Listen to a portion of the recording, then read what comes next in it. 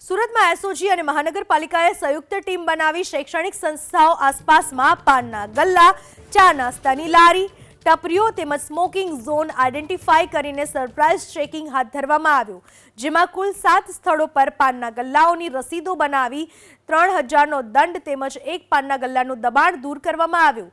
Police અને મહાપાલિકાએ no drugs in Surat city અભિયાન અંતર્ગત ચેકિંગ અને કાર્યવાહી કરી.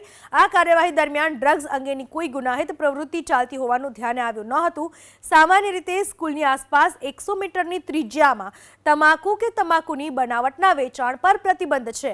ડ્રગ્સના આ દૂષણને નેસ્તનાબૂદ કરવાના મક્કમ ઇરાદા સાથે તેમજ ગેરકાયદે તમાકુ તથા તેની બનાવટોના વેચાણને નિયંત્રણ કરી યુવાધન ધૂમ્રપાનના તેમજ તમાકુના વ્યસનથી દૂર રહે એ હેતુસર અસરકારક સરપ્રાઇઝ ચેકિંગ હાથ ધરી રેડ કરવામાં આવી હતી.